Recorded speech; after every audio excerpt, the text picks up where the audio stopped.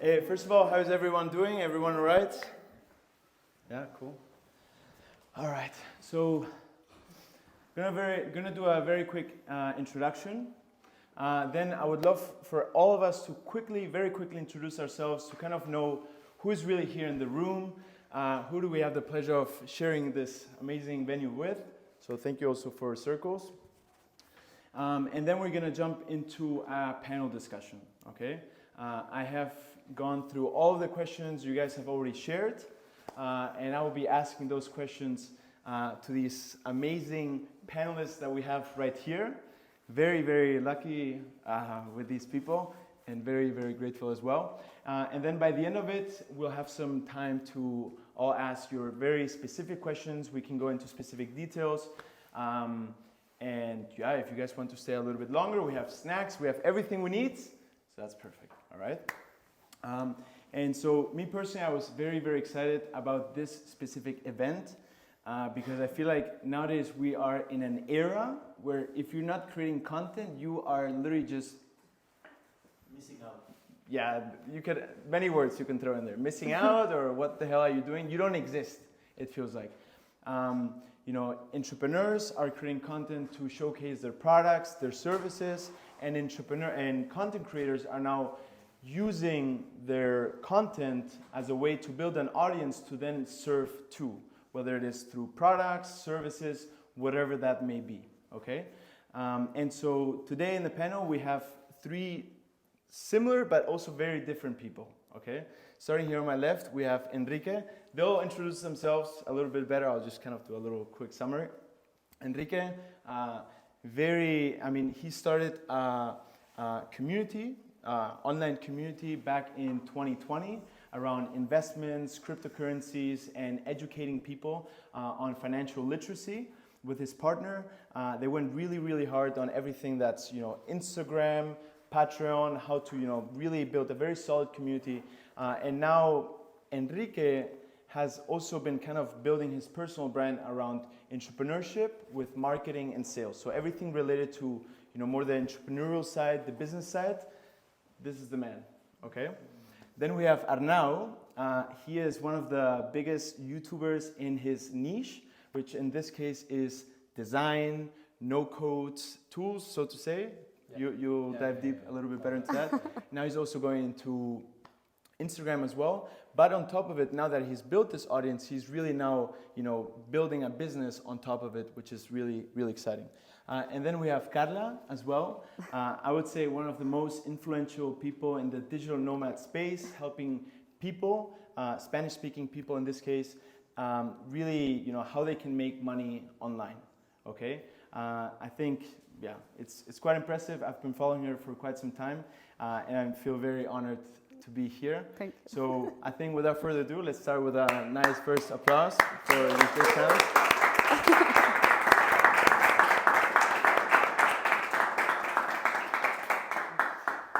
And I wanted to start with something very simple. Who are you, and how did you get into content creation?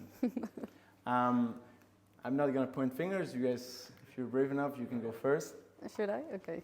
So, hi, I'm Carla. How did I start? It's complicated. No, it's not complicated. I've been traveling since 2020. I worked online since 2017. I had an e-commerce company in Mexico. I'm from Venezuela, but I lived in Mexico for a few years. And I started my company there, and then we grew thanks to COVID. We had a huge increase in everything, so we hired people, so we grew the company, and then I could have time to do other things. So I decided to start traveling in 2020 with my brother, and we were thinking about being digital nomads for a while, but it was like a really far thing in Spanish-speaking world. Like, it was something only people speaking English did, so it was weird. And then I said, like, okay, maybe we can try for a few months. Whatever we did, we came here. Then we went to Lisbon, and we started doing that. And everyone around me was like, what are you doing? Like, I don't understand. Like, I want to understand what you do. Like, are you still working? Did you win the lottery? I don't understand. And I said, like, okay, maybe I should start talking about this. And basically, I opened an online blog, and then I started recording myself in a really weird way. And it was like 6 months of doing it on and off because I was still working in my company. And then basically my social media exploded, and I started like doing more content, having more feedback, like learning how to do things.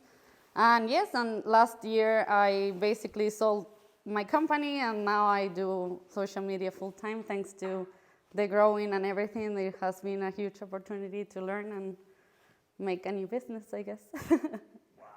So yes. Well, that's it. That's how it started. All right, panel is over. Thank you guys very much.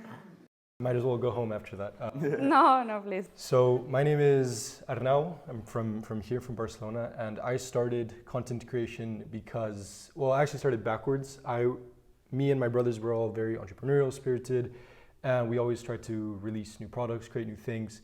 And we realized that without the audience first, without having a market to launch to, it's very hard to create these tools or these sites or anything that you want to launch. It's very hard if you're launching to thin air, you know?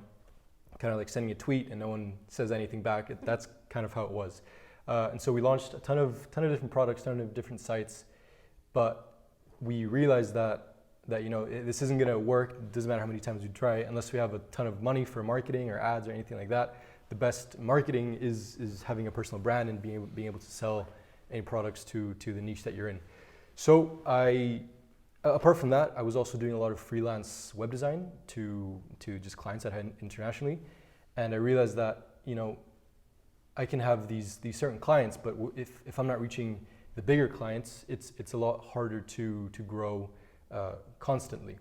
And so I saw a channel called Flux with Ryan Segal, and that channel, with that channel, I realized that, you know, these guys are probably making like 30, 40K per client.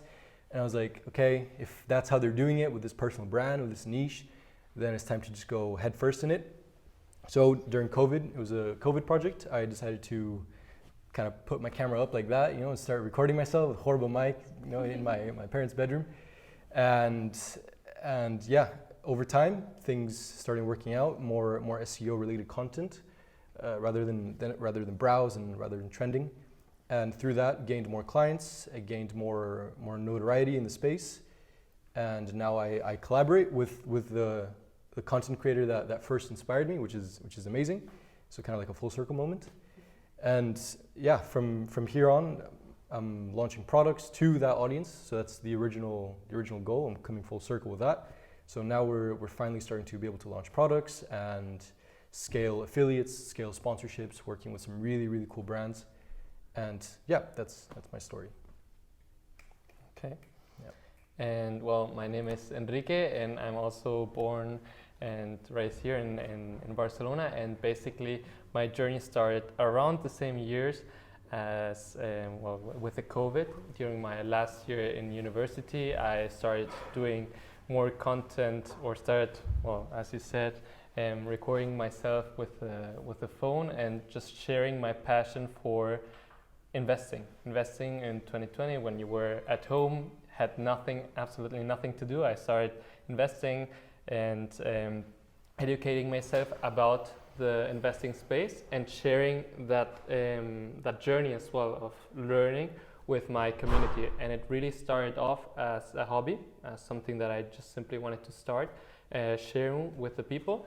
And suddenly the people organically started asking us if we had some education, if we had something that they could buy from us. And the answer was no, we didn't.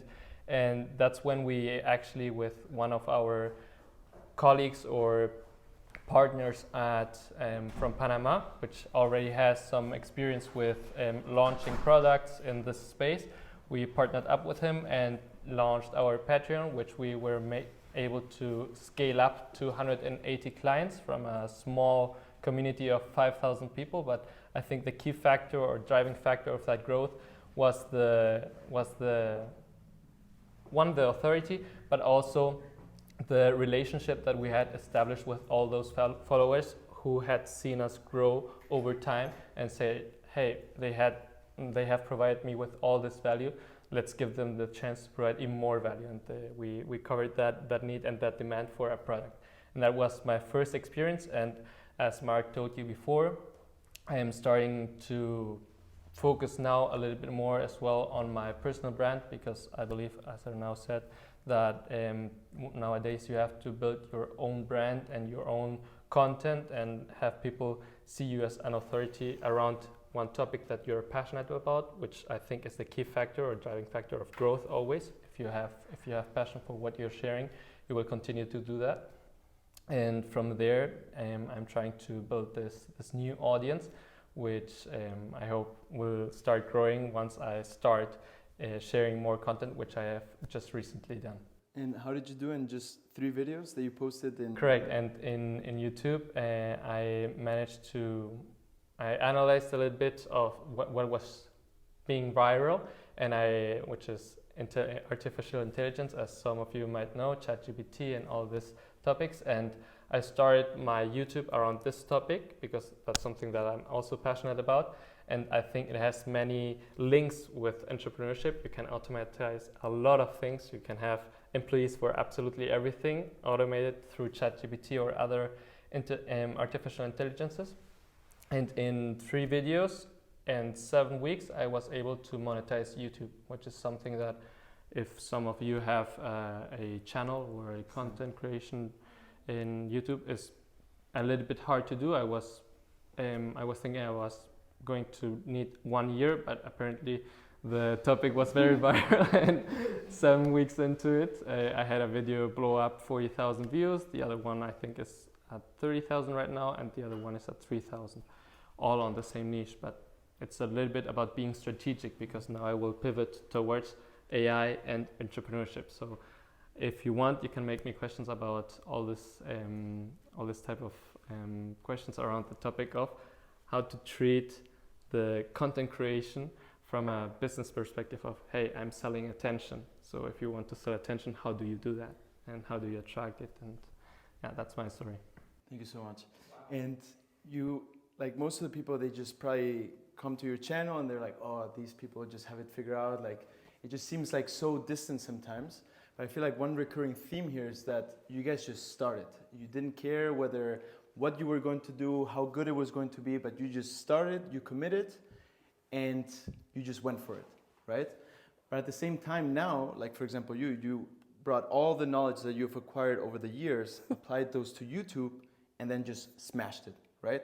So what are some of the things you wish you would have known at the very beginning, right? Whether it is for someone who's just getting started or is already, getting, used to it, slowly trying it out, but like, what are some of the things you wish you would have known at the very beginning of your journey? Me first?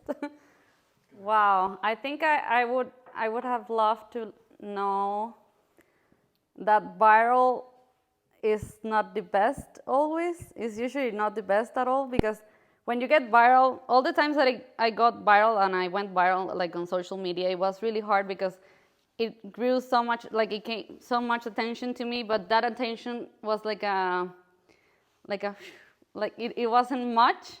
And then I got like really dizzy, like with all the numbers, with all the metrics, the likes, the follows, whatever. And then I measured my success, for say that, in viral things like likes, follows, views, whatever. And at the end, like my business perspective, like money-wise, it wasn't being viral.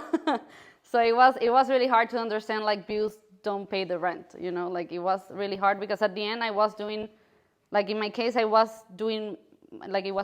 working in my company. So it was really hard to see this as a business, because most people don't see it as a business. So changing that perspective, I would have loved to know that since the beginning, because I lost a lot of time focusing on viral, like strictly viral things that wasn't going to end, like do a match with my final goals, I think. So you say to be patient and just consistently.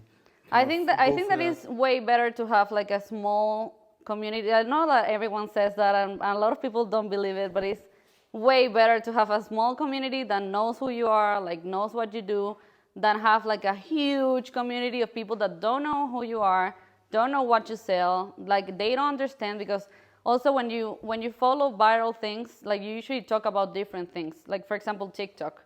Like TikTok, you're always doing trends, and you can do trends over like this line of content.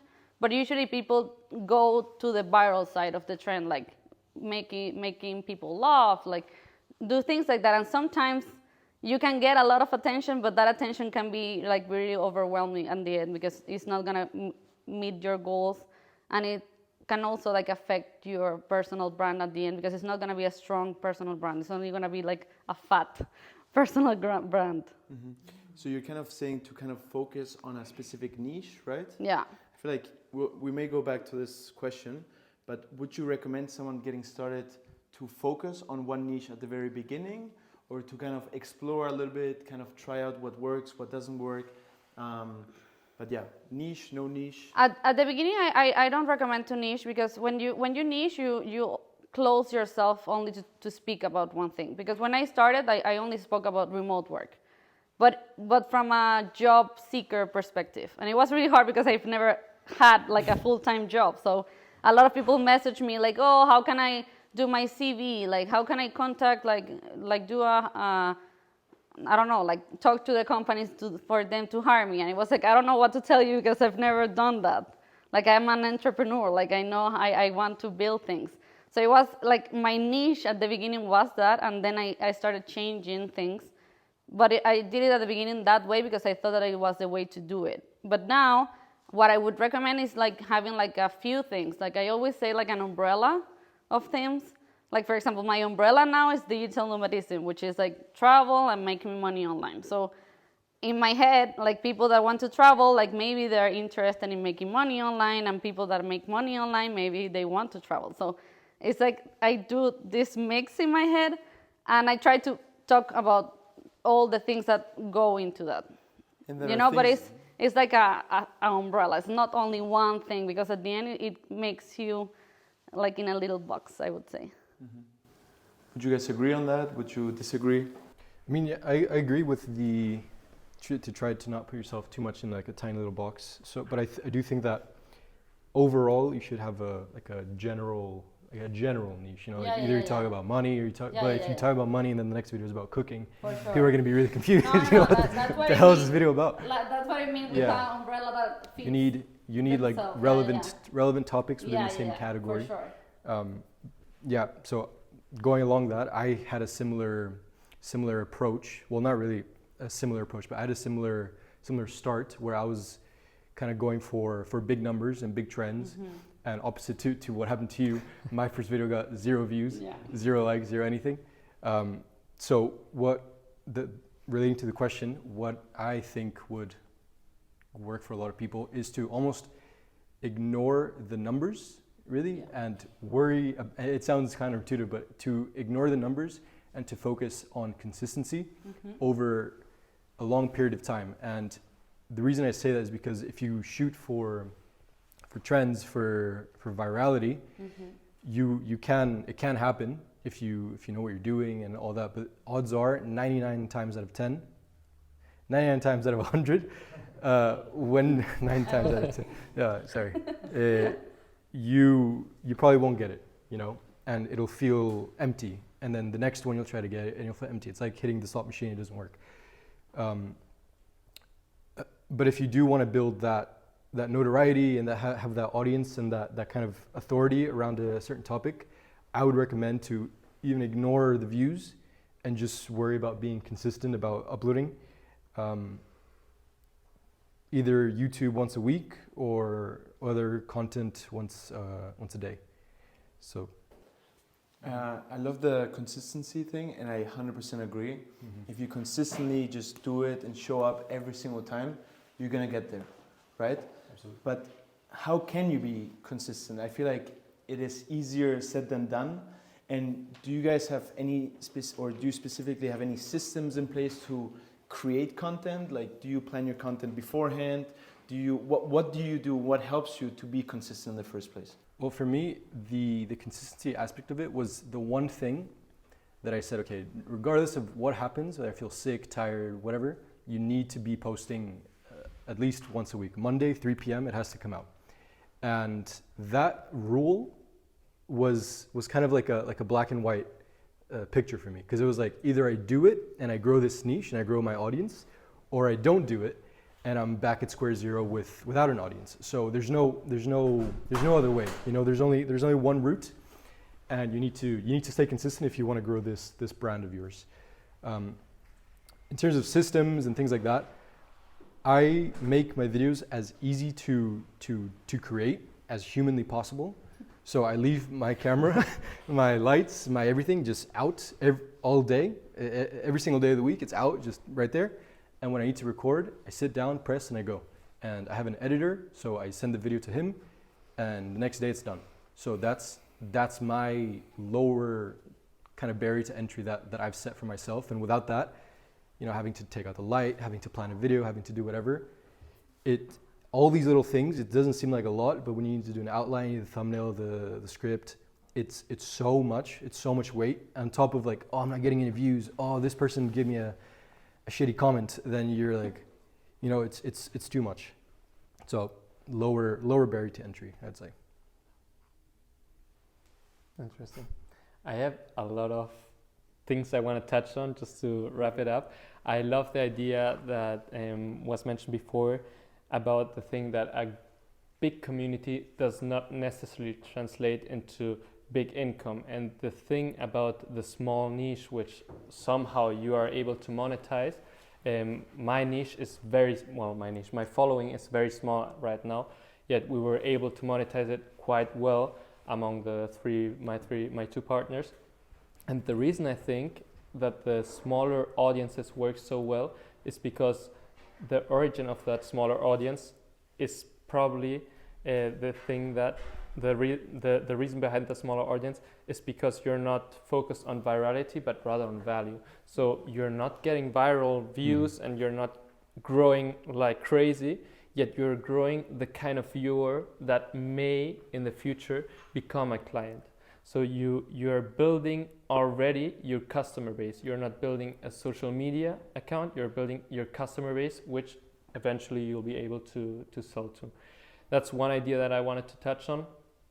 Going a little bit back to the initial question, which is, hey, for starting out with content creation, I believe there's also a component which is the mental barriers that we have all inside of us, especially when we're starting, where we don't have nice cameras, we don't have a nice setup. It's the first time that we're putting ourselves in front of the camera, and in that moment, what you have to think is, one, either this setting your rules and being, hey, I will do one video each day or each week, whatever. Set those internal rules, but also the internal barrier of saying, why would anyone listen to me? Why would they listen to me? I don't have anything to tell them, or I don't have any kind of authority. My follower count is 0. Mm-hmm. That's how my account started, my investing account. And I believe that if you're able to think to yourself that you're not providing value to the experts of your niche, but rather you're providing value to the people that are 2 or 3 steps behind you, that's the mental shift that will allow you to start providing value. And you know that you're not providing value to the expert because you're not an expert yourself yet, but rather you're providing value to people that are just a few steps behind you, but that alone is value enough to maybe follow you and later on become a client. So that's another idea that I wanted to touch on. Couldn't agree more. I read this book called Show Your Work. I was gonna talk about it. Yeah. Yeah. Do you want to talk about it or? No, go for it. I'll start and then I'll do the alley-oop. Yeah. So it talks about, it encourages you to actually create content, and it tells you why you should. In the first place, many people are like, I don't know, what should I talk about? I'm not an expert on this and that. And it talks about 3 main things in particular, which is one, in terms of why it's important. One, it helps you synthesize your thoughts, your ideas, right? I feel like all of us are very entrepreneurially minded. We're constantly thinking of the next big things, learning all the time. And it's a good way to kind of synthesize things and also learn from those specifically. The second thing is it really changes the relationship when it comes to networking, right? Most of the time you're reaching out to people, right? And when you create content, it's like you're throwing your little, fishing hook, and then suddenly people start coming to you. And I really started feeling that, especially on LinkedIn. That's more my platform, which I'm super happy, not crazy, but as them. But I put a lot of effort into that. It's crazy how many people have started reaching out to you specifically. And then the last one is exactly what you said, Alf. There's things you wish you would have known a year ago, 2 years ago, that really helped you to become the person you are today. So you can serve those people from the very beginning. I don't know if I missed anything. Is there anything else you would add? I think actually that book, I read that book before starting, like taking the decision to start creating content, because one of the things I really like was that he says, like, show your process.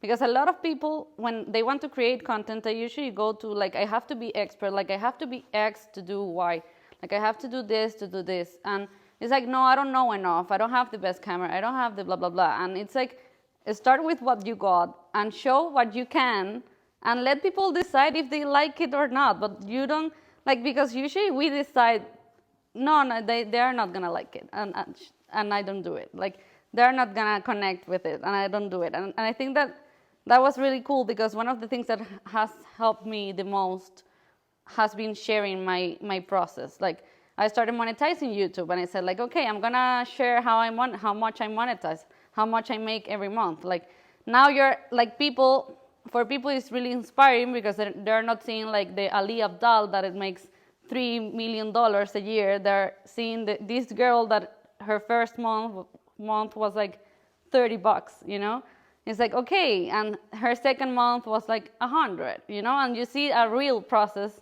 And for people, that's really motivating, and also like people connect with it, because we all start from zero, but a lot of people only start sharing their goal, like their success and their things, when they reach like maybe 100,000 or things like that. And I feel like sharing that process and like learning along with a lot of people, that's pretty cool too, because people get really inspired. And also when you reach that thing that like maybe you become an expert, or maybe you know how to do things, you have like this community of people that grew learning with you, and that's pretty cool. I feel like you were nodding. No, I agree. I mean, I think there's a lot of power in being similar to the person that you're trying to teach, or teach. Like you're almost like a friend, and when you become a friend to someone online, that's where the connection grows, and that's where you really grow like a deep following, and that's how people end up watching Casey Neistat go get groceries, because they feel like they know him and they're his friend or whatever. So I did something similar, which is I started talking about things that I knew about, but they were like the easiest possible topic I could talk about. Yeah. So my very first video was about freelance contracts. Okay. For some reason, that's just what I was like. You know what? That's the easiest thing I can make. So when I was doing that, I was saying, this is what I do. This is how I started. This is what worked for me. And when you do that, you get comments that are saying that they don't treat you like the top. They treat you like a friend almost, And there's still people to this day that commented on videos like 2 years ago that I'm still connected with them, So and they've grown with me, and we've shared projects and stuff. So there's a lot of power in that. I think that's why nowadays everyone is talking about community, no longer about followers or an audience. It's really about building a community, or at least create some sort of sense of, belonging to some extent. Yeah. And I agree that nowadays you want to make it relatable, right? People want to belong, they want to be able to relate to you, and that's going to stick way more. And so connecting a little bit to the aspect of community, how can you really foster engagement, right? You've already started. Now, how do you nurture these people? How do you create that sense of community? I'm assuming that by being authentic, right? Very, very important. And I feel like that's kind of connected to your niche. I feel like the most valuable thing you can do and the hardest thing to copy is being 100% yourself. Yeah. Right? But apart from that, is there anything else you would recommend to really foster that engagement, to really create that sense of community? Many things. Let's start. I always tell people that when you build a community, you don't have a microphone. Like you because a lot of people feel like they are like here and they are talking to the people there, and like I share my video and you are supposed to like it and that's it. Like I don't talk with you, I don't reply your comments, I don't reply your DMs, and it takes a lot of work to engage with people. But for example, I have like 600,000 on Instagram, and I have a person that replies the DMs where I reply every DM, you know? And that, for me, that has helped me a lot to people that, oh, she replies, like she actually cares about the people behind her platform. And you have to understand that it's not only numbers, it's people, that they are following you because they see something in you that they connect to. And that is really important to understand, because for me it's really sad to see people that they don't have, like they have a huge community of people that are engaged, but you start to realize when they lose the attention from the people because they stop replying, they maybe, I don't know, they don't reply the comments, they don't do stories, for example, like they start becoming like this person that is like a public figure and they don't engage anymore. And I feel like at the end it's a huge job. Like creating content is one thing for sure, but also engaging, like talking with the people, asking questions, letting people tell you what they want to see, what they want to do. Like every time that I travel, I say like, oh, what do you recommend? What would you like to see? And that's pretty cool because people tell me like, oh, I don't know, maybe go to eat fondue. And I go and it's like, oh, thank you for telling me. And people is like, oh my God, that's amazing. And maybe, I don't know, they want to repay me, maybe subscribing to my newsletter or buying my course, whatever. Like you can do so many things to repay someone that is being nice to you. So I feel like that's a huge thing when you're building a community. Yes. I've had a very similar experience when speaking to people on social media. Sometimes I even, because I don't want to write, I can do it very well, a little bit faster if I'm just speaking to them. And I do a voice message and they listen to the voice message and they respond like, oh wow, it was really you, and you were responding to my message and you have read it even though you have thousands of followers. And I think that initial connection can ultimately lead to a client. Just to make a small anecdote, a small recent anecdote, when Mark just told you about being yourself, because on social media I think there are two strategies. One is being viral, to get your message out to many people, and once you have a lot of people to talk to, then you get a little bit more personal, because people don't buy from brands. They don't care about the name of your company. They care about you, about who you are, what you're providing, and how you are. So there's a virality aspect and then a nurturing aspect. And for example, in my account, I nurture around the topics that interest me on my Instagram stories. I do cold showers. I love reading a lot of development books and a lot of also philosophy books. And I share all of that through my stories. It's nothing to do about entrepreneurship. It has nothing to do with artificial intelligence. Yet the people that are entrepreneurs tend to be related to people that want to be their own best version and want to grow and want to bring themselves to the next level. So it's kind of connected. So in this sense, I share that, and then I become more relatable in that sense. And you speak to people, and the people that I speak to in my personal account end up texting me or our team through the other account, which I have the business around investing. So they kind of get interested in my products through me. So that's the importance of connecting with people and being honest and transparent, and also down to earth in that sense, not being a public figure, but rather, hey, I'm here, I can talk to you, and from that respect and from that relationship, you can build also a client that will be very happy to work with you and buy you things or pay you back, as you said, with the course or with whatever.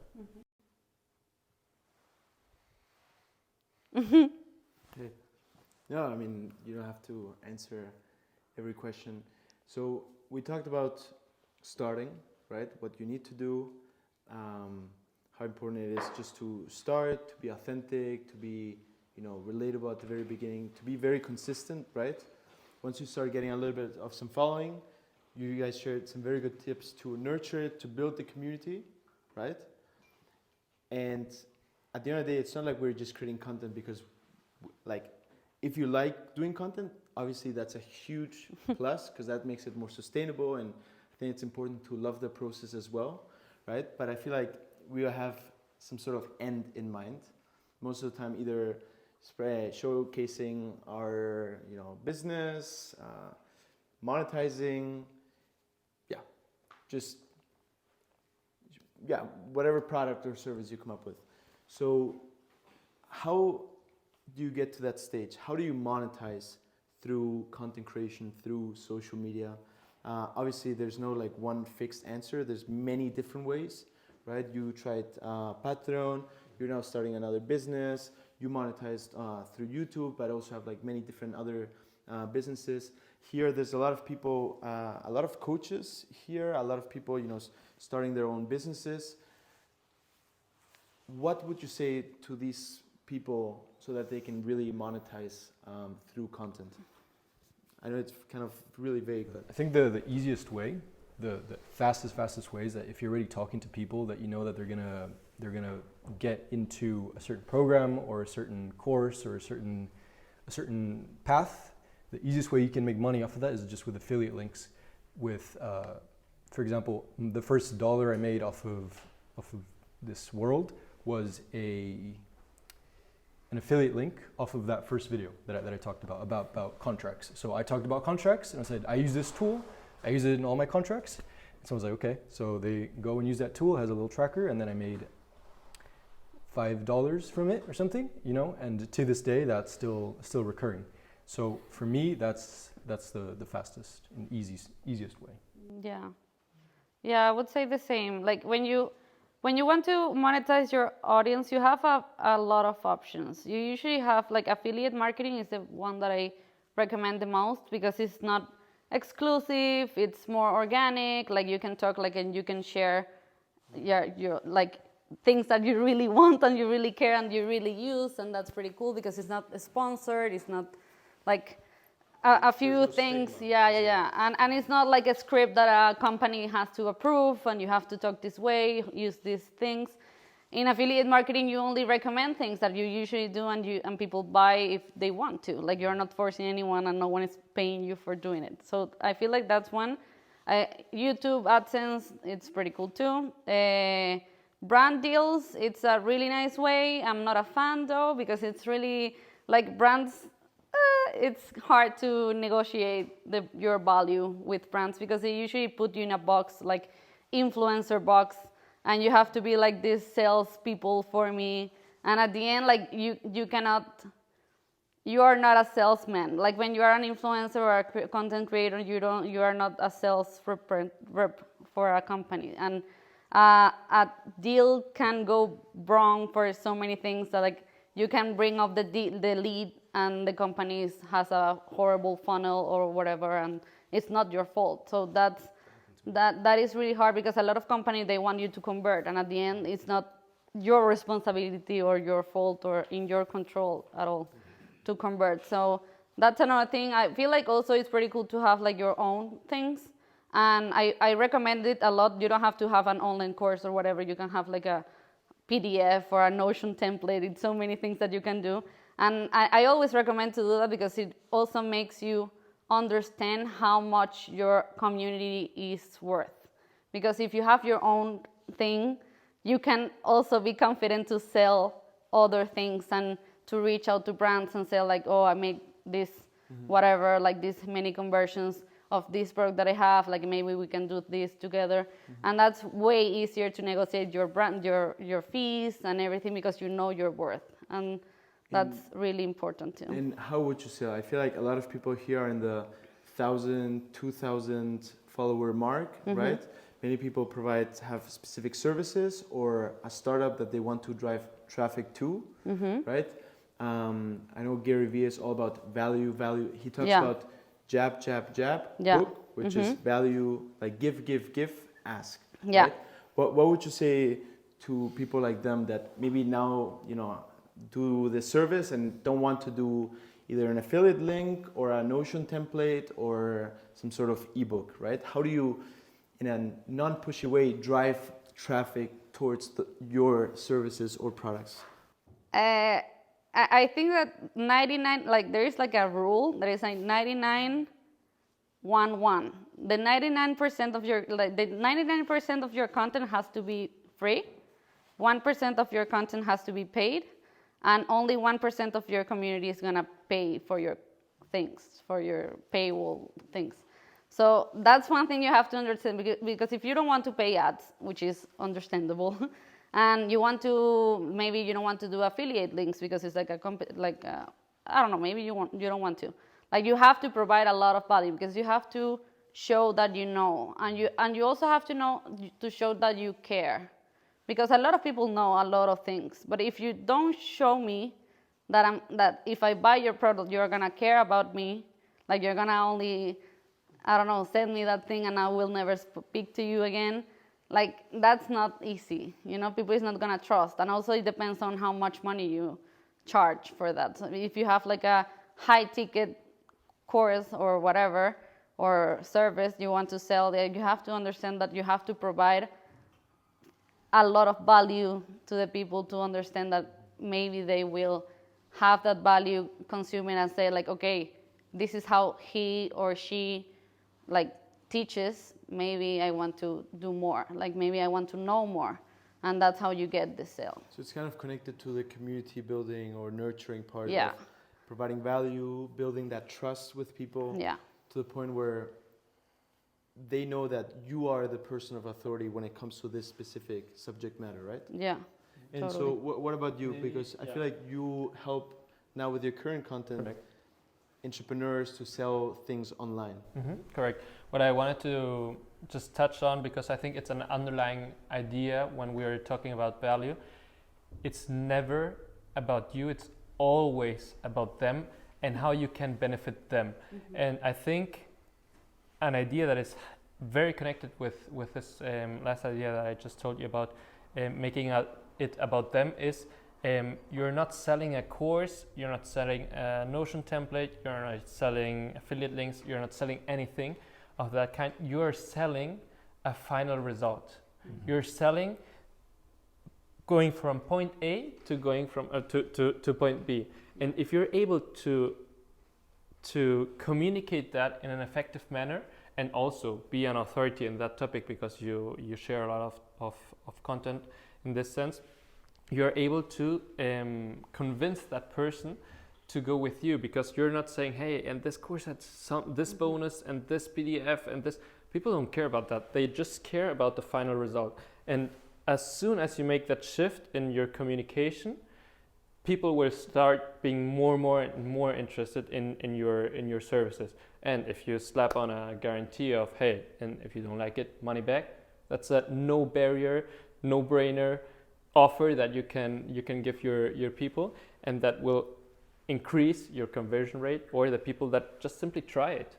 And if you make the process of deciding, okay, let's buy, so easy and without obstacles, or with the less obstacles that you can, that's the best way to sell. Now getting more into the nitty-gritty, or however you say it, of selling. You have to make it about them. You have to sell a final result, the final benefits, not the features about the product, and being able to project that authority and also that trust in you. And I think one of the things that helped us as well scale so fast in 6 months to 180 clients was of recurring revenue, was precisely, hey, and if you don't like it, after 1 week you can say you don't like it and we refund you the entire amount. And that's something that, well, pushed people over and say, okay, take my credit card. And that's it. That's at least how in my experience you can be able to sell to people online, where everybody is scamming. So you have to be a trust, somebody to trust. Yeah, and I love that. And also I feel like it's important to let people imagine themselves doing what you are offering, because I feel like that also has a huge value. Because people, like, for example, in my case, like when I talk about like traveling and making money online, people that want to do that is like they see themselves doing it, and I feel like that's also pretty important in your message and in your communication to Correct. teach it and share it. Like you can do this too. Like I'm not this this goddess that she knows it all. Like I was you like 2 years ago, and I did this and I built this process. I learned these things, and you can do it too. Like you can do it like maybe in this 2 years, or maybe you can learn from me from all the things that I did wrong, and I that feel that also is a huge thing in communication that you can do, and it's pretty cool. Amazing.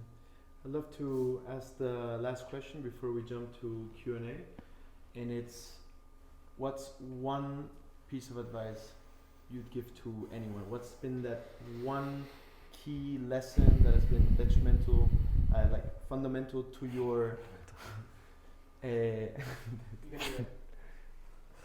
to your success?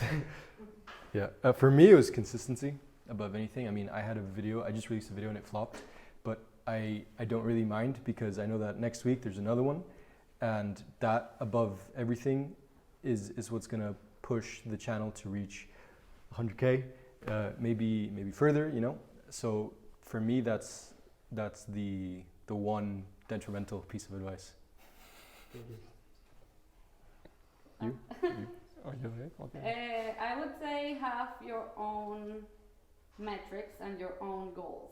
And like your goal is not to have 100K. Your goal is to post like maybe 5 things. Like I feel like the best thing you can do for yourself is having goals within your control.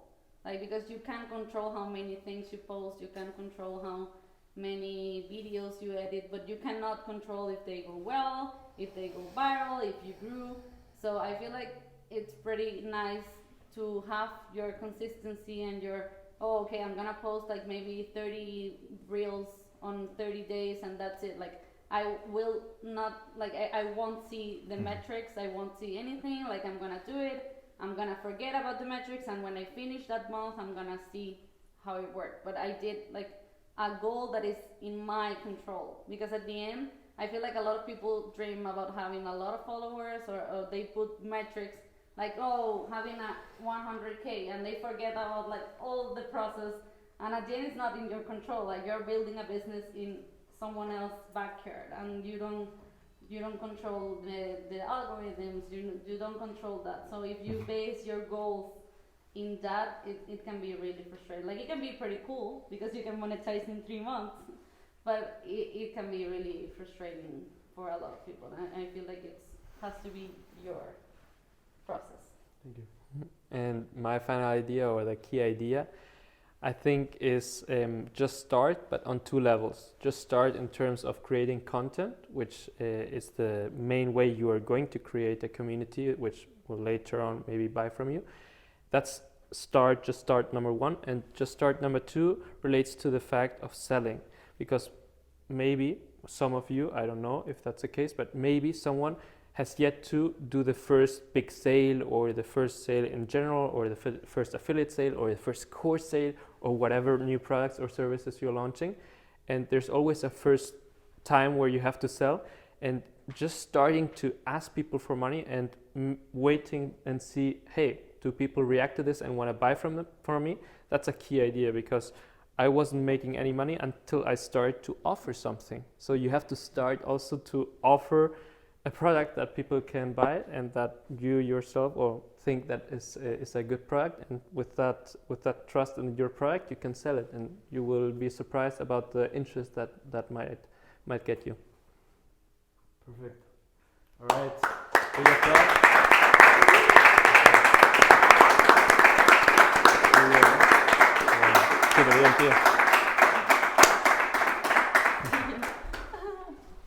All right. We can ask as many questions as you'd like. Well, first of all, like, to me, you are like leading examples of real content creators, because the way you speak about it is so like human.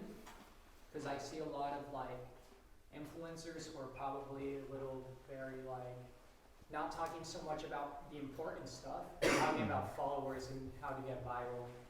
And I feel like when I care too much about like getting followers and all that, my energy is completely depleted. Yeah. and I'm missing the point of what I'm doing, which is enjoying myself, right? I guess my question is, within the spectrum of things I do, I like to talk about many things. Emotions, consciousness, spirituality, psychology, yada, yada, yada. And you got all these topics, and I get a lot of people telling me, Gonzalo, just focus on one of those things. But I feel like listening to that like belief kind of limits me, because I listen too much to people sometimes, and it distracts me, and then I create no content because I don't make decisions, because I'm like, oh my god, like my mind is like about to blow up. So would you recommend like going into a specific subtopic, or like can I just be like present and be like, what do I feel like talking about right now, and just record it? Because sometimes I feel like certain beliefs that we see as true are limiting beliefs, you know?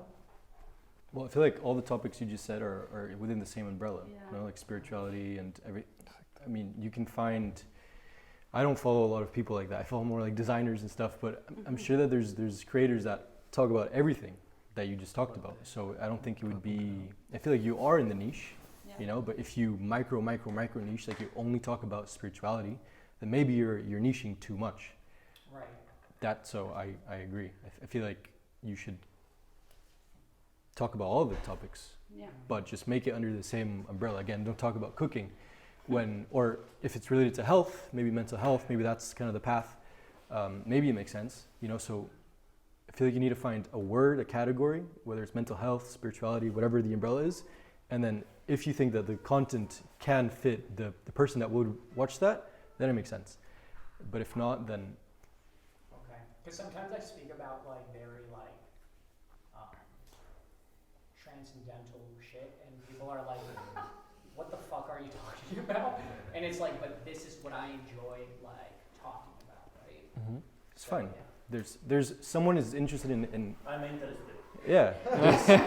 I just woke up today and saw the title, so. Yeah, someone out there would be Yeah. interested. And if it's under the same umbrella, it's going to lead them to other topics and other videos that you've talked about. And it's a ladder of content, you know. Yeah. If it's all related, it's even better than just micro niching, Yeah. in my opinion. Okay. And Thank that, you. And also, just to, because it was an amazing answer, I would say also that you have to understand, like, me, like, for example, me as a person, like, I'm not interested in only one thing. So I have different interests. And you, you like talking about that things. Like, I had the same issue. Like, everyone told me, like, I had, like, at the beginning, when I started, like, I had hate. Like, why are you talking about money if you talked about, like, Switzerland yesterday, you know? It was like, I don't know, because I was in Switzerland, today I'm working, you know? Like, I want to talk about what I want. And at the beginning it was hard, but then, like, people liked, because I kept loyal to what I like, you know? Like, I'm creating content for people, for sure, but I'm also creating content for myself, because if I enjoy my content, like, I'm gonna keep doing content. So I feel like it's really important to understand, like, people are not interested in only one thing. So you can talk about different things, because it's also like different approaches from the same umbrella. Right. And would you say it's more about enjoying yourself than like trying to sell or satisfy the client? For sure, audience? because it's not ¿cómo se dice? Como sostenible. Sustainable. It's not sustainable to do something for the others. Like, you have to do something for yourself. Because if you don't enjoy it, like, for sure you're gonna burn out, you're gonna hate it, you will not want to engage with people if you're only like trying to make them happy, because also a spoiler alert, you're not make everyone happy, so you have to make yourself happy. yeah, it's very important. Just to a final idea that I had written down here is, in the end, you can go two routes. Either you go for a niche and you only speak about that, and then your account is about providing value on that niche, or it can be about you and what your feelings are, what you want to talk about, more about the personal brand of who are you, no? And the important thing is that decision is something that you have to take. What kind of content do I want to create, and what is going to be sustainable, and that decision doesn't come from external people, because you were saying, hey, people are telling me, hey, Gonzalo, focus on this or focus on that, but that person is not going to have to make the content the next 3 years. So the decision has to come from within you, and it has to have some kind of logic within what you want to create in the future. And in that sense, also just a personal note, on my personal account, I speak about artificial intelligence, entrepreneurial things, selling, and also personal growth. Okay, and that might sound like very different topics, but I try to make people aware of why I connect those topics. Hey, if you want to be an entrepreneur, a good entrepreneur and a good business, you have to be a good type of person and be developing yourself all the time. And that's how you become a good business person. So that's how I link the two ideas. She is linking traveling and business. Hey, why are you sharing business things when you were in Switzerland last day? Well, it's because I'm in Switzerland, because I have a digital business. But if you don't explain to people where the link is, they might think, hey, this is all over the place. But if you're able to communicate, hey, I'm sharing this, this, and this, because this is all linked, then the people will start to understand you and why you're sharing this type of content. And that's when the connection is stronger. And I love it because it takes away the labels. You're a psychologist, exactly. you're an entrepreneur, you're this, No, you're that, you're and that. you don't It's have like, to limit no, yourself. Everything is one. Doesn't You're fucking Gonzalo. matter. Yeah. Tal cual. Thank you. Okay, thank you. First of all, thank you so much for all the advice, and everything was great, I think. I have a question that is related to something you said before, that was the difference between like more personal brand and people usually follow people instead of like brands. So the question is at the opposite, that is, okay, then you have a brand, or in my case I have an app. If I want to create media for that app, how would you approach it? Okay, well, it depends very much on what the app is. But I think if you're able to make it not that corporate style, okay, not about all the time, hey, look at this app, but rather look what I can. Provide value. Correct. What does your app do? Maybe Yeah, you can maybe. It started being just like an alarm for Spotify to wake up to music on your iPhone. Okay. So yeah, basically the app is to wake up positive instead of like the negativity of a ringtone. So now I thought about like even like posting videos that are kind of opposite to TikTok and so on, related to nature, calm, like things that gives you a little bit of poof when you see it, like scrolling. But yeah, that was just like an idea. So I'm just now starting creating an Instagram and a TikTok for the app. So I don't know how to approach that. If like a generic account like vacations, like beautiful hotels and things like that, or I want to know how would you approach it. Okay, just right now on the spot for an alarm clock app, I wouldn't know exactly how I would structure the content, but I think the first step that you have to take is what type of customer or people are going to download that app. Why are they downloading it, and why maybe the sleep is very important to them, waking up correctly is very important to them. I'm paying an app. Well, I'm not paying the full price because I got it a long time ago, but I'm paying an app that is usually I think 30 euros a month or 30, I don't know. It's Cycle or something. And it analyzes your sleep and blah, blah, blah. And that's something I would even pay 30 bucks a month for, because I'm in love with analyzing my sleep data. Normally I'm wearing an Oura ring, which also analyzes everything. So if you're able to understand your final customer, you can create content from that perspective. So, and from there, I would do it original and not very corporate style. For example, Ryanair is a fucking airplane company. But if you look up Ryanair on TikTok, you will see that they understand the customer so well and all their problems that they make very, very good content around those problems that people have with Ryanair. And funny content. And funny content, correct. Viral content. Relatable. Relatable content. like, oh God, not a baby on board, you know, and it's the plane that is talking. But you think, how is a airplane company going to create content? Well, if you know your client, then you can do content, you know? I think the first step is knowing the final customer that will download your app. I think that's really related to what you were talking about, trying to find a niche for Gonzalo.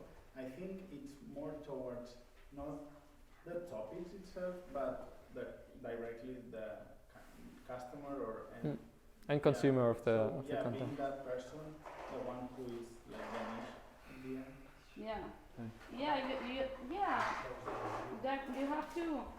You can think of the things of the benefits, like if I download your app, like how it's gonna benefit me, you know? And it's like, oh, maybe you're gonna get better sleep, so maybe you can talk about like the benefits of having better sleep, or like waking up early. Like how many people wake up early with a regular alarm and they get grumpy the whole day? Like you can talk about those things.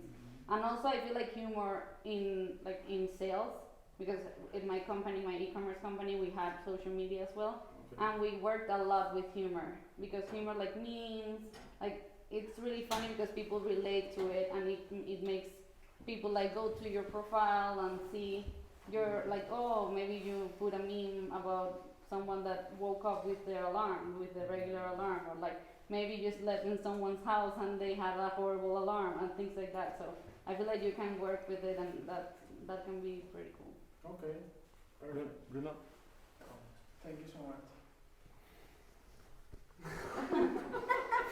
Well, as you see, I do this in my Instagram. I'm just authentic person. Thank you for the speech. Really awesome. My problem is, or my challenge is, you said before, or either you're a personal brand, right? Or you're, I don't know what you said, but I stick with the personal brand because I'm a personal brand. I do these conferences, I'm a speaker, and I talk about consciousness, spirituality, and things that Gonzalo like. But I'm doing these challenges, 21 challenges. I'm starting to do that. I love to do that. I engage a lot with the followers, and I'm talking about my family. I'm talking about doing push-ups. Yesterday I was doing push-ups. I talk about my smoothies. I talk about interesting stuff for spirituality. It's all over the place. But actually what I'm offering is a specific tool that I use for self-development. So when you see my Instagram, you don't see the tool. I don't talk about the tool. So I was thinking about of creating my personal brand on one Instagram page, but linking it to another page which is only about my tool. So speaking only about my tool, because if I do that on my personal page, then all the different stuff of doing conferences, and it's gonna like I don't know how to, because people are telling me to do only my personal brand on my page, and I'm just having a lot of resistance with that. So I wanted to do these two pages, one of Bruno, I'm Bruno, and another one of this tool, and speaking about this is really key, like going from A to B, right? Mm-hmm. But I'm a little bit lost here. Yes. I feel like they're gonna give you the expert answer, but talk about resistance, right? The first thing that comes to mind when you create two accounts is danke. Is even more resistance. Yeah. And kind of like Arnau was saying, no, pasa nada, después.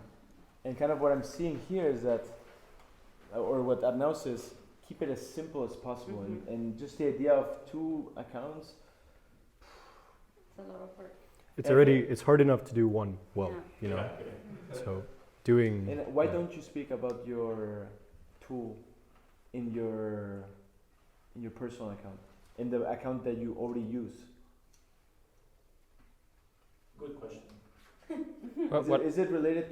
Are most of your friends there? Maybe you're like, I don't know if I don't want to annoy them and stuff like that, or. No, we gotta be busy. Stay with one account, trust me. Yeah, well, the answer is clear, one account, but usually everyone knows that I've been using this tool.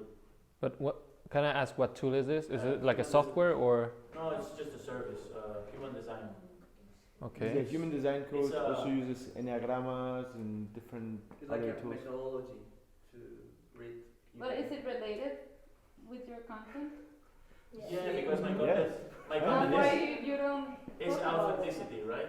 And showing yourself who you are, right? Mm-hmm. But At the end, I think your goal that it's like being authentic. I think your account has to show that. Yeah. And then like the link and what you promote or your bio, it's kind of this tool. It will help me be authentic. okay, Right? yeah, okay, So it's answer. kind of You know, Thank you guys. That's gonna still work. you want to come here? The camera's not recording. Should we record again? Oi, pues sí. Sure. I don't know if it's cut off or it's just never recorded. So were you first? Don't worry. Go for it. Go for it. Okay. So you spoke briefly about burnout before. Yeah. How do you manage content creation in a sustainable way? Because I think we all know that consistency is key to growing your community, getting reach, getting noticed, getting the algorithm to like hit it at that sweet spot with one of those videos. But how do you create content consistently? What is your setup? I love what you said. You're like, okay, the least amount of resistance, I just build everything up. I have my setup, I just jump in, hit record, that's it. But after record, there's also quite a lot of things that happen, right? Yeah. So all this editing stuff, I've edited quite a bit. I would say I can come up with something nice, but I'm still very, very slow. So at some point, I personally just ended up living two lives, which like the one is basically my private life, but then also as soon as I introduced my phone, which is my go-to camera, into this, like I kind of dissociated from reality, and I kind of wanted to bring that back after I had this for a continuous amount of time, and I just wanted to be present, but then also kind of having, if you have a video in your head, for example, you have a script, you write it down, you know exactly which kind of angles you want to get, I think that makes it easier. But if you create like content on the spot, or even with that approach, how do you keep it sustainable? And let's start maybe from the position of, okay, you start out with not enough money to pay an editor. How would you still have a private life without going insane, and still being Like, able I don't know how to answer. Still okay, yeah, still being able to be consistent with your content.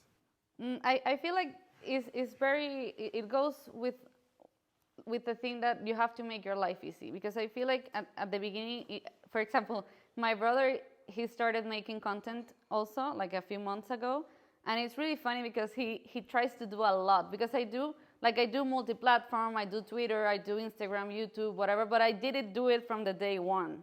And he tries to replicate it, like doing everything from the day one, and it's like, it's impossible.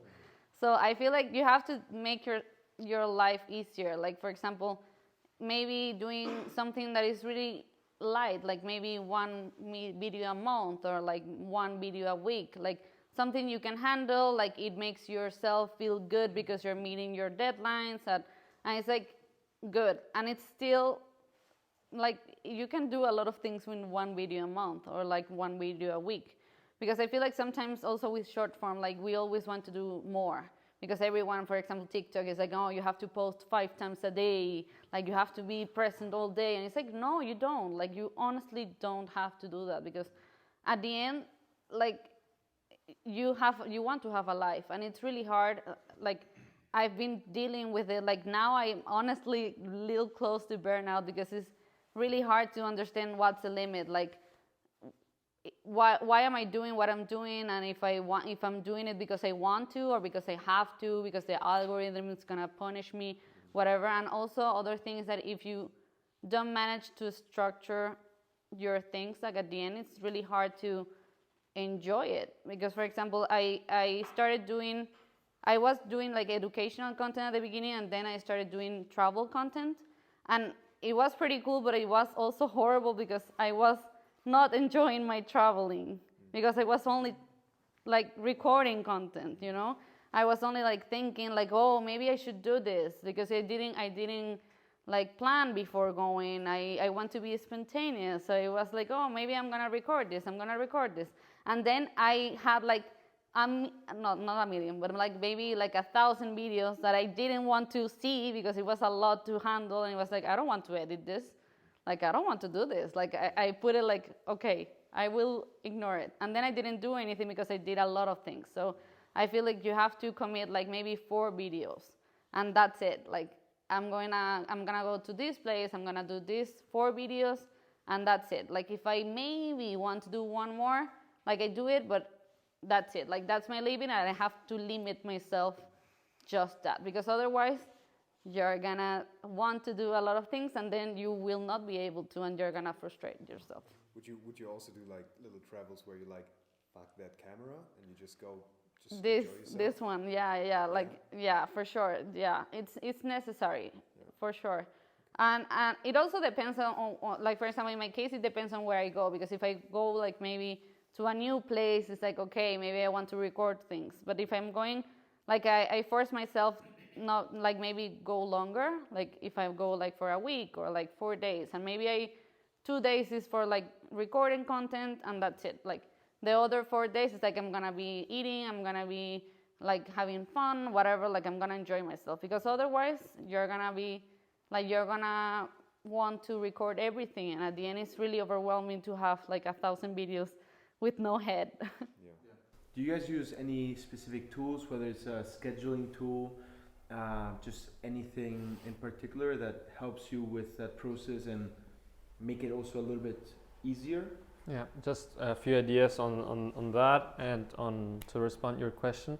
Basically, what has helped me a lot is working in bulk. And for example, if I want to do 75 reels, shorts and TikTok, because you can use it for every platform as short form content, which is something that I like a lot. If you want to do 75 reels in the next 2 months, then I record everything on 1 day or 2 days. Everything, because it's shorts. You're speaking 1 minute, so if you wanted to have 75 shorts, you just have to be there 1 hour and 15 minutes. You know, it's quite fast.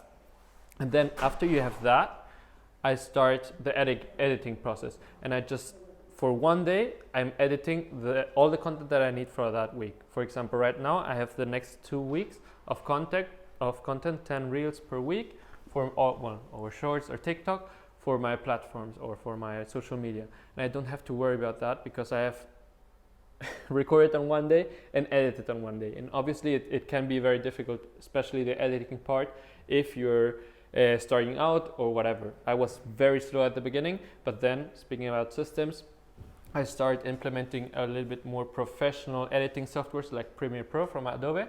And what I did is basically copying and pasting some effects and doing them all over the place. And if you watch my account, my recent videos, all have the same effects, all have the same zooms in and zoom out, but it really allows me to make those 1 or 2 posts a day of content and reach more people. So what has helped me is organizing myself when I record, when I edit, and then having the rest of the time to maybe create more content for 3 weeks from now, etc. But finding that balance is important. Which also creates some brand consistency as well. Yeah. For sure. I wanted to ask, what kind of content do you make, or what kind of content do you want to make? That's the worst question. So it really depends on what I'm working on at that moment, but I think overall it would be entrepreneurship, how to start a business, everything related to that. Also finances. So basically taking someone that's interested in entrepreneurship and getting their finances in order from point A to point Z, basically. Is it more like sit down and you talk? Like what kind of channel is it? Like, who do you look like, basically? You know? Yeah, it would mostly be face and camera kind of thing. So there you could obviously do this kind of setup, but then also I divert sometimes into other projects. So that would also at some points contain like vlogs, or also interesting stuff about self-improvement. I don't know, let's say cold showers or that kind of stuff, and you're implementing these kind of bits and pieces that somehow still relate to the original concept, but more of like a personal brand kind of thing, where you have like these bits and pieces just to keep on posting, being relevant. So it depends. Well, I have a similar channel where it's just me talking to the camera, and then I B-roll, and then I go somewhere sometimes, you know. So what I do to avoid burnout, and it can work for you as well, or any similar channels, is that I have a list of a database of video ideas, right? And they rank from idea to research to outline to script to review to publish. So it's like all these different steps in the pipeline, right?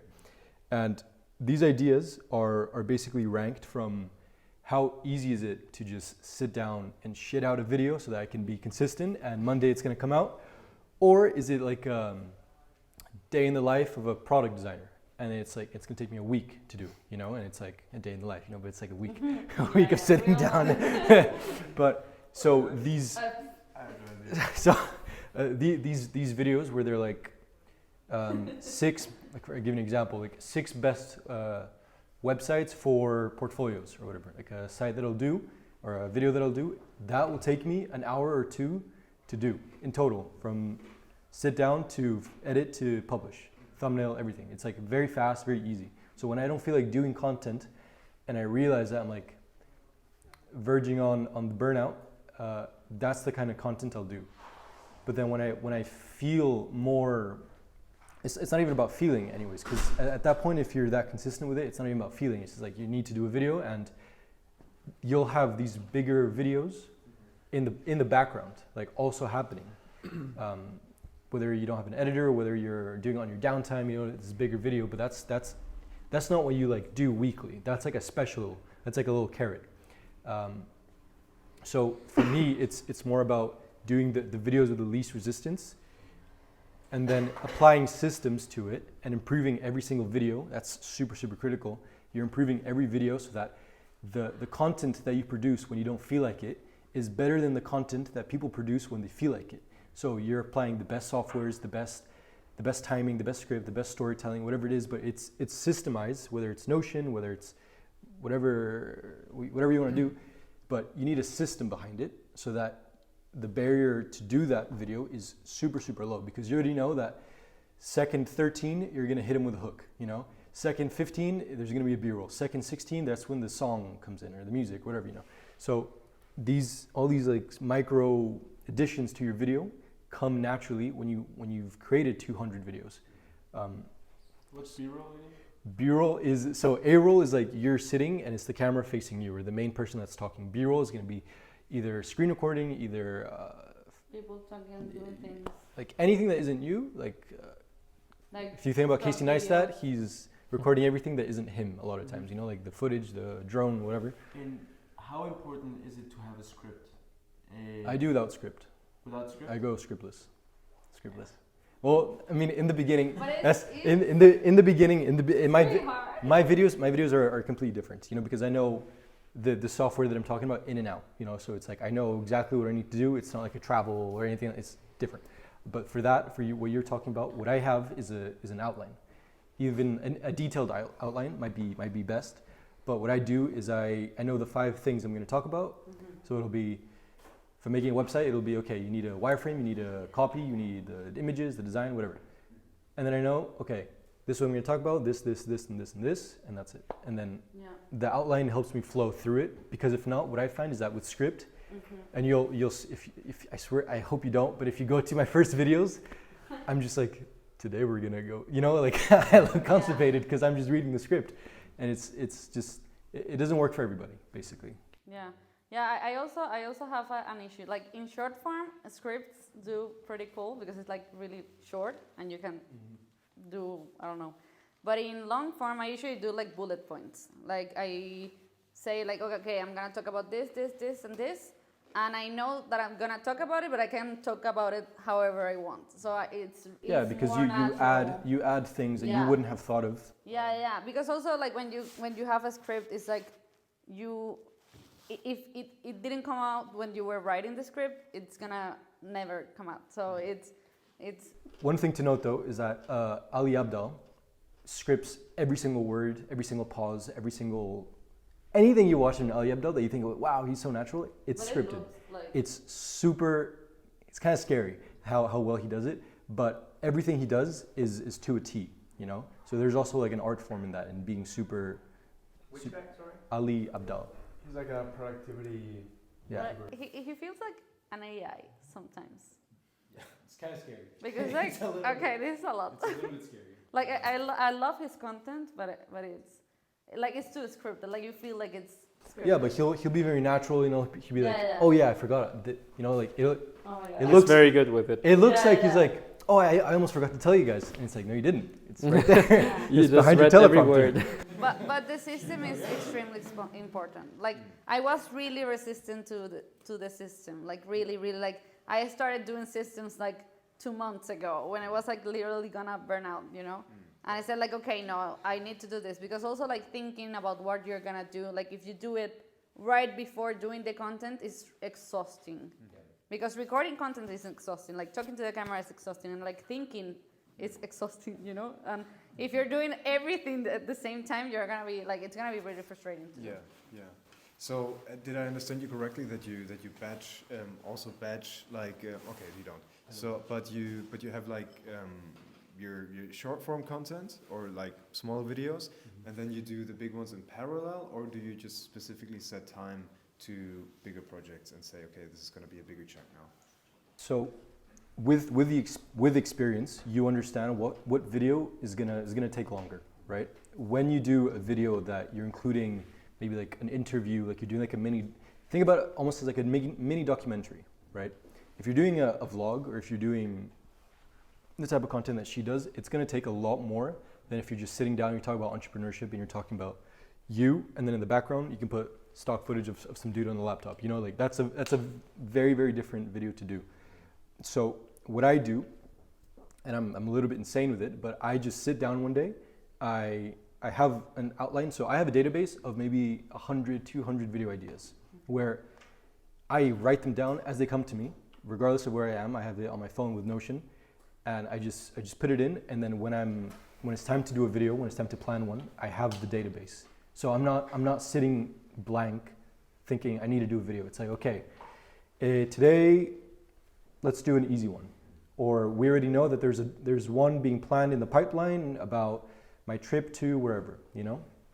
So that's kind of how I do it. And then the short form, I mean, I haven't done daily yet, because I went super consistent with YouTube long form, and now I'm going to shorts.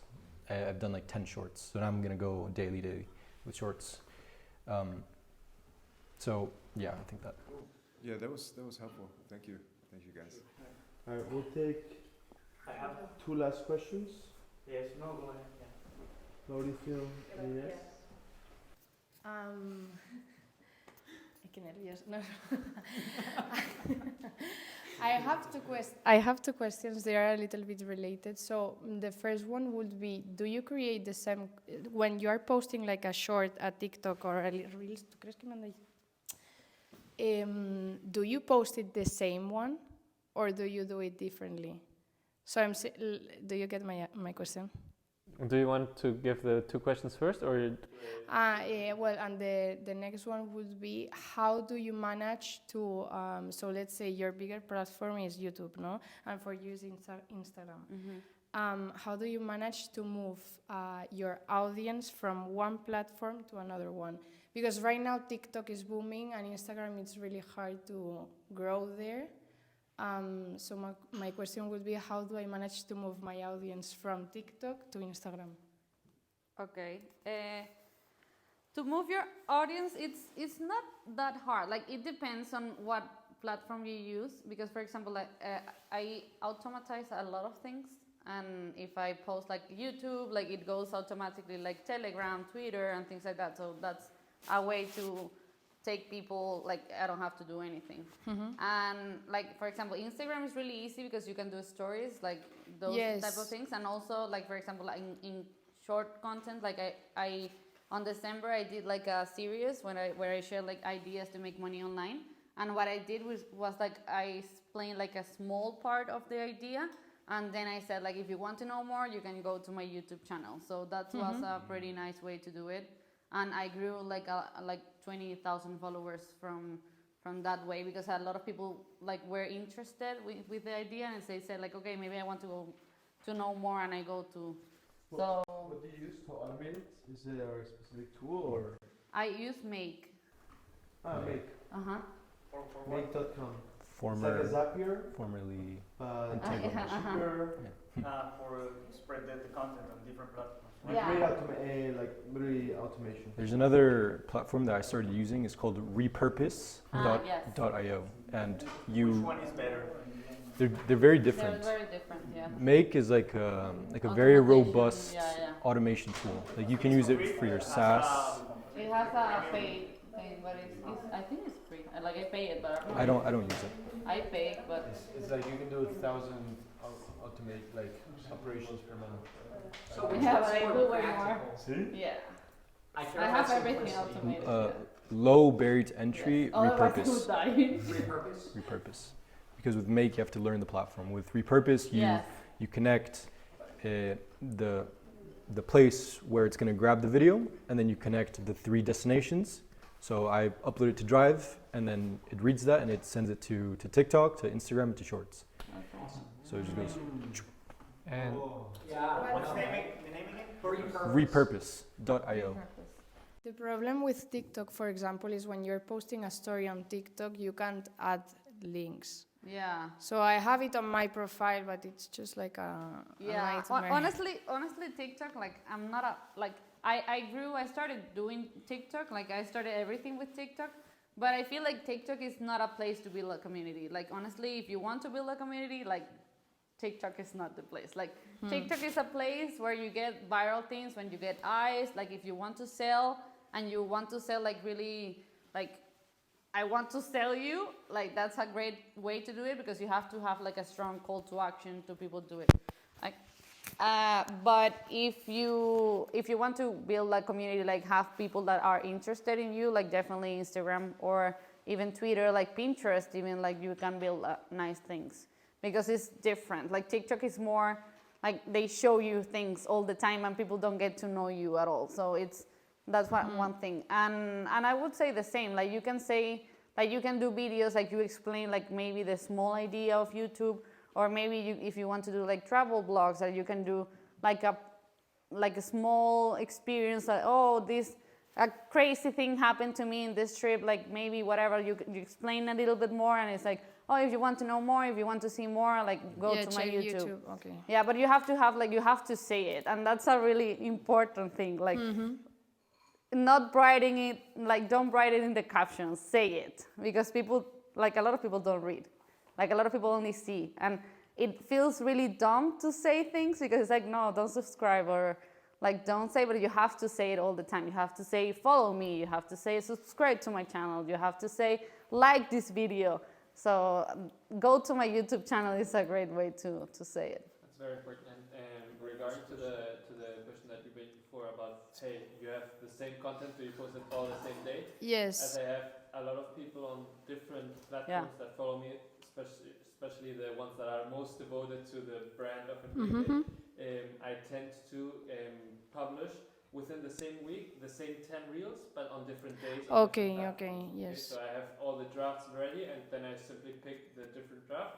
And in terms of getting the people from one platform to the other, if you have YouTube, for example, and you want people from Instagram to YouTube, then what you can do is repurpose some of the long form content and make it short. Yes, make it Just shorter. some key ideas. Or if there is not, because sometimes that's something that happens to me, as you maybe are noticing. When I start speaking, I go about all directions, and what I tend to say doesn't fit into 1 minute. Sometimes I cannot repurpose many ideas that I'm saying in my long videos. So what I do is just maybe do a long form content and then create from that topic 10, 15, 20 short form content, and then having a call to action that says, hey, full video on YouTube. Even though it's not the same content and you will not say exactly the same words, but you're speaking about that exact topic on that YouTube. And they will say, hey, that was interesting, let's go to YouTube. I want to like add something more, and it's like, don't be afraid to use the same content in different platforms, because for example, if you do a video, like it takes a lot of effort to do like a short form, and I see a lot of people that only post like that short form on Instagram because it's what it's done, you know, like reels. It's a reel, you have to post it on reels, and that's it. And for me, like I literally, like if you follow me like on even LinkedIn, like I post my reels, like I don't care, like I let people choose if they like it or not, and it's been pretty cool because, for example, on Twitter, it's been a huge surprise because when you think on Twitter, you never think about videos, and videos perform even like I would say like 10, 100 times better than on TikTok, for example. So that's a nice way to do it also. Like, don't be afraid to share the same content on different platforms because at the end, each platform has different types of people. So if you share the same thing, you can share, like you can reach a lot of people. At the end, you're not doing anything bad to your brand or anything. Yeah, like the first thing when I thought about sharing, I don't know who, but someone told me that if I used to share the same reels as same TikToks at the same like day or like within 2 days of difference, something like that, if people from TikTok go to Instagram and then they see same reels, they are going to be like, okay, I already follow her on TikTok, so I'm not going to. Do you get my point? I feel like a lot of people say a lot of things and at the end it's not. Tomar por. And at the end, like for me, my experience has been different. I know that every case is different, but in my experience, like I've done my life as easy as possible, and I've done like literally the same video, programmed every platform, and that's it, and it works. Okay, thank you. What? The edit style. It's the same video, like the same video. ¿Cómo? La misma como estética. Es lo mismo, o sea, the same video. It's not repurposed. This is the same video programmed in different platforms. I feel like one thing I have to say though with moving people around with content is that people that watch content on one platform varies a lot to like platform by platform. You know, someone who's on Twitter wants very different type of content than someone who's on TikTok. So in terms of repurposing and just putting it everywhere, I agree to a certain extent, but it's also like you should be creating content. No, it's not the only content that I share, for sure. Of course, yeah, but Yeah, it should be like, Only the short form content, I think, Yeah. you know? Yeah, because yeah, you can repurpose it very easily. Yeah, because at the end, like my mindset is like I put so much effort doing this. I don't want it to only be on Instagram side. Like I wanted to do something on my end. And it's definitely not the same. Like that's a great point. Like it's not like your only strategy is the same content on every social media. Like you have to have a focus. Like each, for sure. people want different types of value depending on if they're gonna watch you for 10 minutes. Yeah. Or if they're gonna just, you know, No. or It's like a cookie. or like an on extra. TikTok. And another thing to add is that obviously we all know that's a lot easier to get followers on TikTok and Instagram maybe than Twitter, for example, you know? And the reason being is because the value that you need to give someone before they decide to follow you is so much greater on Twitter, for example, and maybe even LinkedIn. I don't even know, I'm not that big on LinkedIn, but than TikTok. So the value that every time you post, it has to be about them. You know, I know you said that a lot, but it has to be about them before you think to repurpose. That's just one thing to consider. Mm-hmm. I think the short form, it's usually only seen in one, like we usually probably we ask our main, like we have one that it's like our main one, Short form, yeah. like where we see it. So I think it makes a lot of sense, and it doesn't make sense for me to try to switch people out of short form to other like social media, like Instagram to TikTok or things like that. If the content is the same, because I think it would make sense in YouTube, as you said, like a TikTok to YouTube or so. Yeah, but moving people from TikTok to Instagram makes a lot of sense because in Instagram you have DMs, you have stories, you have like the links, you have so many things that you can play with, and on TikTok it's only like short content, and that's it. It's the same because the person only sees like short. It makes sense. I think It has worked for me. Like I always say people like just try it. Like if it doesn't work out, like okay, it's okay, but don't let yourself like don't choose for the people. Like let people choose if they like it or not.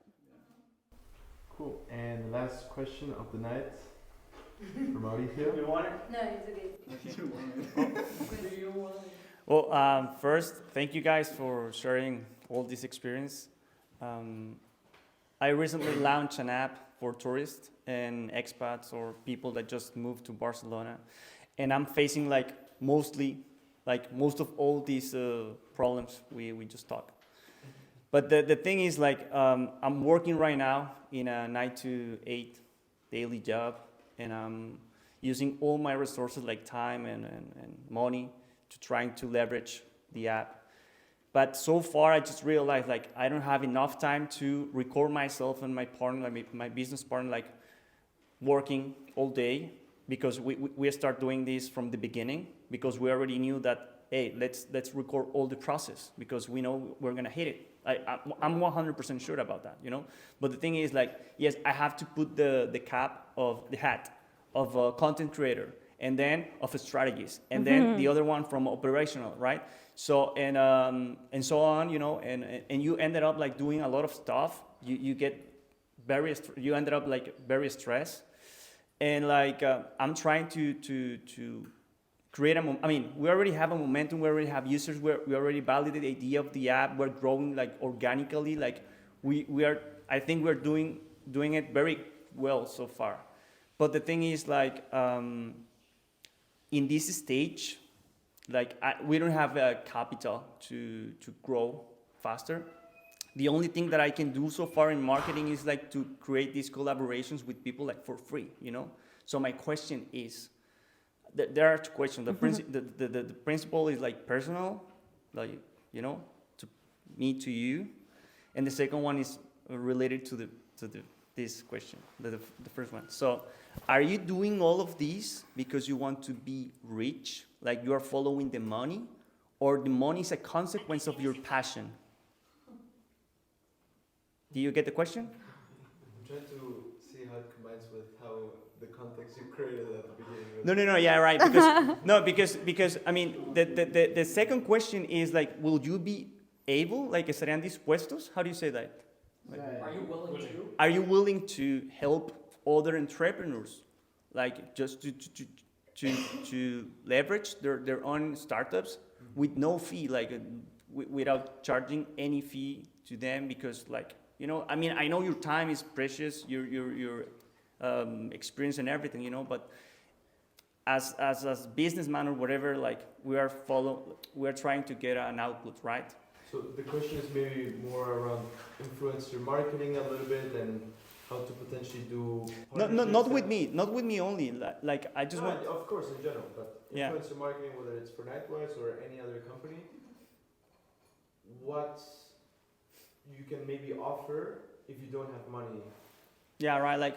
Which will be a good exchange, Number one is affiliate deals. If you want to focus on the monetary side of things for the creator, affiliate deals is a big one. I get pitched affiliate deals all the time, and I only do them really if I enjoy the product that I'm talking about, no? And sometimes it works out as well, because for one tool, I talked about it in one video, it made me 3-4K, and so it's monetary wise, that's something you can offer them. Yeah, but sorry for interrupting. Go for it. But the thing is, for example, I'm very agree with the personal brand, but I'm creating a new brand, which is the brand of the company. And creating a brand for the company that talks about the app or the experiences we're sharing, it's very difficult, It's okay, I have to create content for this, but at the same time, I have to create content for my personal brand in order to create this affiliate program or so, right? Mm-hmm. But it's quite complicated to create this momentum with users, because at the end of the day, I'm doing all this because I want to reach more users on the app. So the users will bring me money as a consequence, because I'm provide this traffic to my clients on the app, right? But this is the situation. I don't know if you get the problem I'm facing, or I don't know if I. Is it a time resource? Yeah, actually, it's time. Yeah, actually, time and executing resources as well. So you have your personal brand, no? No, not yet. Okay, so you have your company platform. Yeah. You have a 9 to 8, right? And you're trying to advertise the product for free because resources are limited. So the easiest way to create content with a low barrier to entry, if you're super tired, if you're super whatever, is just to post what you're already doing. You know, it's just to imagine if you just set a time lapse of you working on an app and you said, this is today we released this feature. It took me blah blah blah blah. Okay, and then a short form content. Today we're going to talk about. Here's the feature that we lost. You know, like it's you just recording what you're already doing, and so you don't need to set extra time aside. It might take 5 minutes of your day, but if you want to be in terms of the daily consistency and all that with shorts, if you are already doing something, why not just record it? You know? Yeah, no, I mean, I have tons of content, but you know. No, but you don't have content explaining the features. No, I have content of that as well, but I didn't post it because I have to edit it and everything. But I put in my energy trying to create content for the app. I think a lot of I was talking yesterday. I met you yesterday at Founders Future Founders meetup, whatever. And they were talking about how it was these people. They have this marketing agency, digital marketing agency, and they compared what works best, like a really professional video or just one for ads, or one that's literally just a selfie talking about it. And that second one did way better. And so I think you're already doing some great content showing, you know, the value of the app and, you know, things to do with Barcelona. But maybe you can also throw in there the new features that you're doing as well, right? And just you speak in front of the camera, and then on top of it, you can add the B-roll, which might be literally just a screen recording, and just put it on top. You know what I mean? Yeah. Because I think explaining how the app works and stuff like that, I think could be very interesting. And But me on the, me posting my you do on the selfie, Nightwise account, on Nightwise account, or in my personal account. This No, new in the feature is going to blow company's your mind account. and is going to help. This new feature is going to help you find the best bars in Barcelona. Boom. And then blah blah blah blah blah, and then you talk over the screen recording of the actual app of what you're doing. Yeah. Okay. I feel like there is like a misconception with corporate brands on social media that people feel like they have to be corporate, and it can be your face. Like you can be, because you can be the founder of the, yeah, exactly. You're not Ryanair, you know, Yeah, right. it's What? Yeah, right. But this is the thing. I mean. Yeah. Okay. Actually, yeah, that's true. But okay, but the thing. Exacto. My question is, if I'm the brand itself of Nightwise app or whatever, I don't want to be the face all the time because I will die. Yes, but that's something that you eventually will delegate. But I think the key thing is not so much how are you going to record yourself and how are you going to structure the video, and how it's more about, because I don't have nearly as much information about the app as I would need to make you a clear example. But if the app is providing value and you're able to communicate that value, that app will be downloaded automatically and organically, you know. And it's not that much about, hey, look, a new feature, or hey, look, whatever. It's more about, hey, if you download this app, you will have exclusive access to X, or you have a discounted price. I don't know what your deals are, but you have to give them a reason to download, because I can go to Google Maps, search for a bar myself, and go there. What is the USP, unique selling proposition, of your app? Why would I want to download it? And if that single thing is good enough, then the app will be downloaded automatically. You have to be able to translate that in your content, and how you do it. If you want to record yourself, or if you want to be more or another person, that's secondary, I think. You also said that you don't want to be the face of it. I mean, for when later on you blow up and you're on Forbes and whatever, you know. But like, worry about that later. You know? But you said you had a partner, right? yes, but he's like. He's the face. I'm like the marketing. Like he's the brain. I'm the brand. You know. He's like. He's the CTO. He's more like the geeky CTO. Yeah, but at the same time, for example, like now there is like a tendencia, en inglés, Trend. a trend where you literally like record yourself like working, like you don't have to even talk to the camera, and you put like things on top of it, like I don't know, like, oh, maybe you lost this, or like, I don't know, I'm talking random things, but in general, like there's like a trend, like people doing things, like recording themselves doing things and like explaining something on top of it, and that's also like a way to do it. Like when you want to create content, you have to once again make your life easy, and you have to also, it can be really simple. Like you can start with all the things that you can, and you can be like at the end you're the founder, like you're the person behind the product or the company. So it's cool to also see the person, like, oh, okay, maybe I connect with him, I want to download the app, because at the end, like, people buy from people. So if they see someone, like, they're gonna trust more, and that's better. Like, think about yourself, like when I'm scrolling and I see like a super corporate reel, it's like, next. And maybe I see someone's face and the content is pretty cool, and then I see like it's a corporate brand, but it's like, oh, that's cool. Look at Dunkin' Donuts. Their corporate account is similar to Ryanair, I think. But they've been super successful with the people that make the coffees, or the sugar coffees. Just create, that's what the content is, it's just them and it's their personalities, and it shows that the brand is very human. And so at the end of the day, you go, and Dunkin' Donuts has been super successful because of that TikTok account specifically. Okay. There's any more that you know that are like... Probably, but I don't think about them. Let's save that for... Okay. Guys, thank you so much. Like, I hear that there's you mentioned it right there, like there seems to be this misconception between personal brand and business brand. Yeah. Like, every single person in this room is a personal brand. I heard you say, like, I'm not the personal brand, you are. Even if you want it or not. The question is, what do they think about you? What is that personal brand, right? Bruno, you mentioned it too. It's thing of, just throw it in there. Like, you're doing a thing already, and you said people buy from people. 100%. And what I don't hear is, stop borrowing, start owning. You need to figure out how to get people from out there to your control, because as soon as TikTok, Instagram, or whatever changes the algorithm, and we're sitting and talking about content creation, if you haven't grabbed them into a newsletter or over to your website or something like that, because of mostly your personal brand, it goes up in smoke.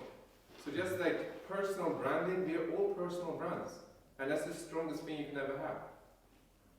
Who are you talking about when you're saying Jeff Bezos? Tesla, who's the guy you're thinking about right now?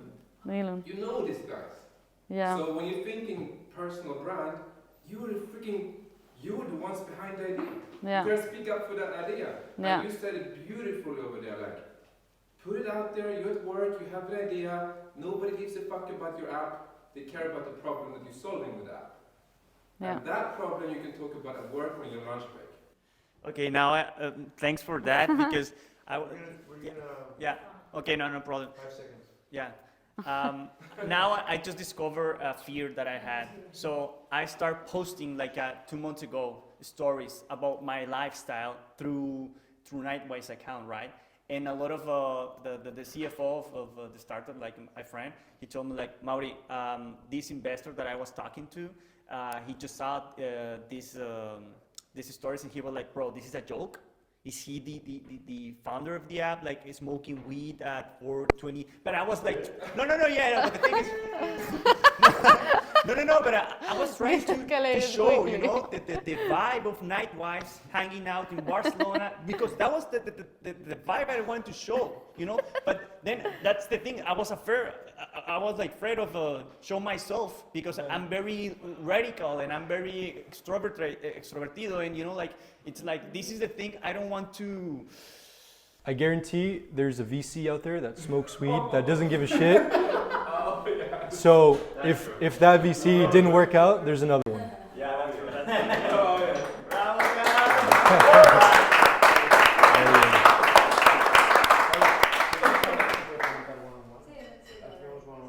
Alright guys, thank you so much. If you go on the Luma, you can find the Luma event page. You can find their accounts. You can give them a follow, reach out to them, whatever. And yes, thank you so much for for being here. Really, really enjoyed it. And thank you guys as well. Thank you for inviting us. Muy bien.